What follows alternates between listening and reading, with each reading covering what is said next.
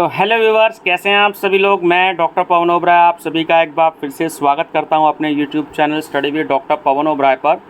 तो वीडियो इसलिए इम्पोर्टेंट हो जाती है स्टूडेंट्स की अब लगभग क्लासेस स्टार्ट हो चुकी हैं। आज 17 सितंबर 2023 है। तो मैं बुक्स रेकमेंड कर रहा हूं NEP 2020 की BCom 5th सेमेस्टर के सिलेबस के अकॉर्डिंग। तो GST की मैंने अभी एक जो है बुक सजेस्ट करी है BCom 5th सेमेस्टर की, और BCom 1st सेमेस्टर की भी मैंने बिजनेस स्टैटिस्टिक्स की 2 पब्लिकेशंस की मैं अब तक सजेस्ट कर चुका हूं। बिजनेस ऑर्गेनाइजेशन की भी मैं सजेस्ट कर चुका हूं। तो स्टूडेंट्स, कॉर्पोरेट अकाउंटिंग की बुक जो है ये मैं इस वीडियो में सजेस्ट कर रहा हूं, जो कि राजीव बंसल्स आपका SGPD है, ठीक है। और ऑथर जो हैं वो इनके हैं डॉक्टर SK सिंह, है ना। और देखिए यहाँ पर मेंशन भी है आपका NEP 2020, है ना, BCom 5th सेमेस्टर। तो ये पूरे उत्तर प्रदेश के जो स्टूडेंट्स हैं उनके लिए ये बुक है। और जो है इनके ऑथर हैं, देखिए डॉक्टर SK सिंह जी, तो बहुत अच्छा लिखते हैं। सिलेबस के अकॉर्डिंग आपकी जो है बिल्कुल बुक है, और जिस तरीके से सेमेस्टर वाइज आपका सिलेबस किया गया है, तो टू दी पॉइंट जो है वो आपकी बुक है, ठीक। और ये मेरे पास देखिए हिंदी इंग्लिश दोनों में बुक है। ये मेरे पास हिंदी मीडियम में बुक है, सेम पब्लिकेशन की, राजीव बंसल्स SGPD पब्लिकेशन, है ना, कॉर्पोरेट अकाउंटिंग की। तो ये आपकी ये मेरे पास इंग्लिश मीडियम में बुक है। तो दोनों बुक सेम राइटर की हैं। तो मैं आपको चैप्टर्स बता देता हूँ। इसमें देखिए कौन कौन से चैप्टर्स हैं आपके सिलेबस में। तो नंबर फर्स्ट आपका जो चैप्टर है वो है इशू, ध्यान से देख सकते हैं। Issue for forfeiture and reissue of shares. Second है redemption of preference shares. Third है issue of debentures. Fourth redemption of debentures. Fifth profit और loss prior to and after incorporation. Six statement of profit and loss account and balance sheet of the company. Seventh valuation of goodwill. Eighth valuation of shares.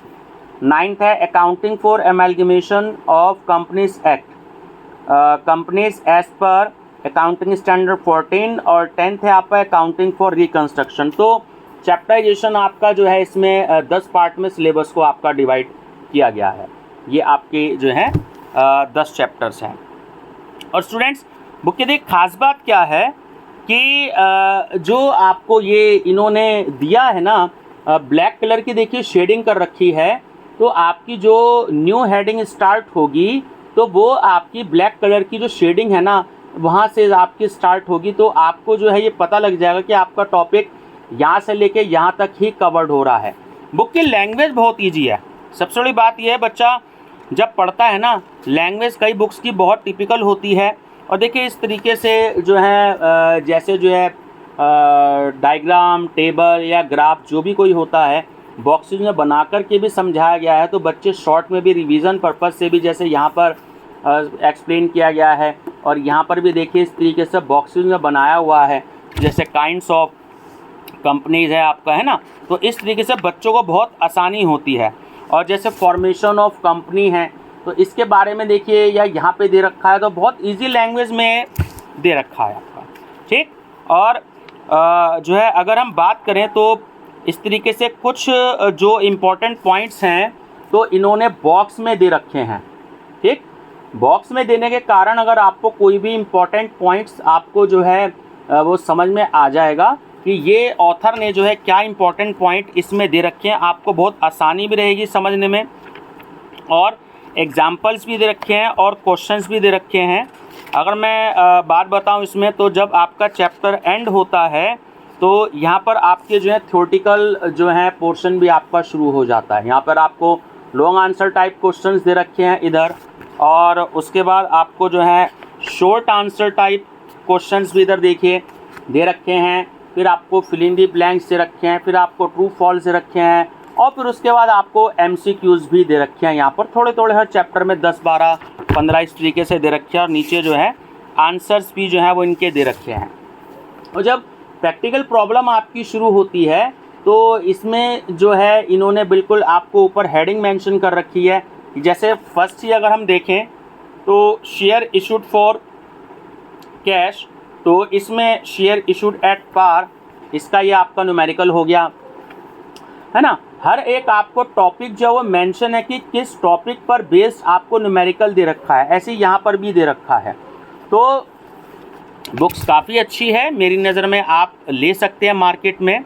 मेरे पास और भी कोई publications की books I हैं, तो जैसे जैसे मेरे पास अच्छे अच्छे पब्लिकेशंस की बुक्स आ रही हैं तो मैं आप लोगों से इसलिए सजेस्ट कर रहा हूँ। एक तो बच्चे को समझ में नहीं आ पाता कि हम कौन सी बुक लें, मार्केट में बहुत सारे पब्लिकेशंस की बुक्स होती हैं। दूसरा, आप जो है जब पैसा खर्च करें तो अच्छी बुक्स पर पैसा खर्च करें। न्यूमेरिकल पेपर है स्टूडेंट्स, ध्यान रखिएगा, जीएसटी का कंपलसरी पेपर है। और आप सबसे पहले चैनल सब्सक्राइब करके study with doctor Pawan Oberoi, तो BCom 5th semester text book के नाम से प्लेलिस्ट देखिएगा। तो उसमें मैंने सारी किताबें जो है वो मैं धीरे धीरे सजेस्ट कर रहा हूँ। हालांकि बुक्स मेरे पास बहुत सारी आ चुकी हैं, BCom 1st sem, 3rd sem, 5th sem, BA की भी आ चुकी हैं। तो मैं एक एक दो जो हैं बुक्स की वीडियो बनाता हूँ डेली, कि जिससे जो है सभी कॉमर्स के स्टूडेंट्स हैं वो देख लें कि कौन कौन सी बुक्स उनके सिलेबस से अकॉर्डिंग है। एक इन्फॉर्मेशन मैं और दे दूं कि जीएसटी कंपलसरी पेपर है स्टूडेंट्स पूरे उत्तर प्रदेश में आपका, और कॉर्पोरेट अकाउंटिंग भी आपका कंपलसरी पेपर है। इसमें आपके 70% न्यूमेरिकल आते हैं, 30% थ्योरी आती है। जीएसटी में 80% आपकी थ्योरी आएगी और 20% लगभग आपके न्यूमेरिकल पोर्शन आएंगे। केवल 4-5 चैप्टर ही आपके न्यूमेरिकल के हैं जीएसटी में, तो थ्योरी बेस्ड वो ज़्यादा है, तो इसलिए थ्योरी आप जो है जरूर याद करके जाइएगा। प्रीवियस ईयर पेपर के लिए आप बीबीए अनसोल्ड पेपर के नाम से देख सकते हैं। एमकॉम की प्लेलिस्ट देख लीजिएगा, एमकॉम अनसोल्ड पेपर के नाम से, ठीक है। उसमें जीएसटी के 5-6 ईयर्स के क्वेश्चन पेपर्स हैं। और एक प्लेलिस्ट और है जीएसटी अनसोल्ड पेपर, उसमें भी मैंने जीएसटी के क्वेश्चन पेपर मेंशन कर रखे हैं, क्योंकि जीएसटी जो है हर जगह, बीकॉम में, बीबीए में, एमकॉम में, एमबीए में, तो जैसे जैसे मुझे क्वेश्चन पेपर्स मिलते जा रहे हैं वो मैं आपको करवा रहा हूं। तो बीकॉम 5th सेमेस्टर में एनईपी में ये पेपर फर्स्ट टाइम आएगा, इस बात को आप सभी स्टूडेंट्स को ध्यान रखना है, ठीक। दूसरा स्टूडेंट्स, ये 2 पेपर आप पे कंपलसरी हो गए, कॉर्पोरेट अकाउंटिंग और जीएसटी। इसके अलावा 3 पेपर आपके पास में और हैं। 3 पेपर आपके पास है। एक है आपका principles and practice of insurance है, थ्योरेटिकल पेपर है। दूसरा monetary theory and practices in India है, थ्योरेटिकल पेपर है। और तीसरा आपका बिजनेस फाइनेंस है, ये आपका न्यूमेरिकल पेपर है। तो आपकी चॉइस है, अगर आप थ्योरी पढ़ने में इंटरेस्टेड हैं तो आप दोनों थ्योरेटिकल पेपर ले सकते हैं। अगर आपको न्यूमेरिकल पेपर लेना है तो आप बिजनेस फाइनेंस एक न्यूमेरिकल पेपर ले सकते हैं, और एक या तो मॉनेटरी थ्योरी वाला पेपर ले लीजिए या principle and practice of insurance का पेपर ले लीजिए। और अगर आपको न्यूमेरिकल की टेंशन नहीं लेनी है, बिजनेस फाइनेंस की, जो कि फाइनेंशियल मैनेजमेंट के नाम से भी एमकॉम में पेपर है, तो आप जो है दोनों थ्योरेटिकल पेपर ले सकते हैं। मेरी नज़र में अगर पूछा जाए तो मैं ये कहूँगा स्टूडेंट्स की आप कॉर्पोरेट अकाउंटिंग अपने आप में टफ पेपर है, जीएसटी अपने आप में टफ पेपर है, समझने वाला पेपर है, रटा नहीं जा सकता है, समझने वाला पेपर है। ये 2 आपके पास पेपर टफ हैं ऑलरेडी 5th सेमेस्टर में, तो आप दोनों थ्योरेटिकल पेपर लें। मॉनेटरी थ्योरी वाला भी पेपर आप लीजिएगा थ्योरेटिकल पेपर, और इंश्योरेंस वाला भी आप ले लीजिए थ्योरेटिकल पेपर। आगे आपकी इच्छा है, अपना अपना इंटरेस्ट है। अगर कई बच्चों को न्यूमेरिकल बहुत पसंद है तो आप बिजनेस फाइनेंस भी ले सकते हैं स्टूडेंट्स, ठीक है। देखिए बुक की कॉस्ट क्या है, ये 525 रुपये की बुक है, हिंदी मीडियम और इंग्लिश मीडियम। हिंदी मीडियम की तो है 495 रुपये की है 495, और इंग्लिश मीडियम की है 525, है ना। तो आप लोग ले सकते हैं। दूसरा, आप इसको ऑनलाइन भी ले सकते हैं, आपकी इच्छा है, आप जैसे चाहें वैसे कर लीजिए। 3-4 दिन बाद आपको बुक ये मिल जाएगी। तो मेरे पास और भी राइटर की स्टूडेंट बुक्स हैं, मैं वो भी सजेस्ट करूँगा धीरे धीरे। आप प्लेलिस्ट देख लीजिएगा BCom 5th semester text book के नाम से, और बीकॉम अनसोल्ड पेपर के नाम से भी BCom 5th semester unsold paper के नाम से प्लेलिस्ट बनाऊंगा, जिससे जो है मैं कुछ important questions, model test paper, वो सब मैं आप लोगों से डिस्कस करूंगा, ठीक है व्यूअर्स। बीकॉम 3rd सेमेस्टर में अगर किसी भी बच्चे की बैक पेपर आ गई है किसी कारणवश, तो आप BCom 3rd semester unsold paper के नाम से भी प्लेलिस्ट देख सकते हैं, और BCom 1st semester unsold paper के नाम से प्लेलिस्ट देख सकते हैं। तो वहाँ पर मैंने सीसीएस यूनिवर्सिटी मेरठ और यूपी की कुछ अदर यूनिवर्सिटीज़ के भी पेपर मैंने अपलोड कर दिए हैं। सहारनपुर यूनिवर्सिटी के भी मेरे को अवेलेबल हो रहे हैं, तो मैं उन्हें भी अपलोड करने की पूरी कोशिश करूँगा।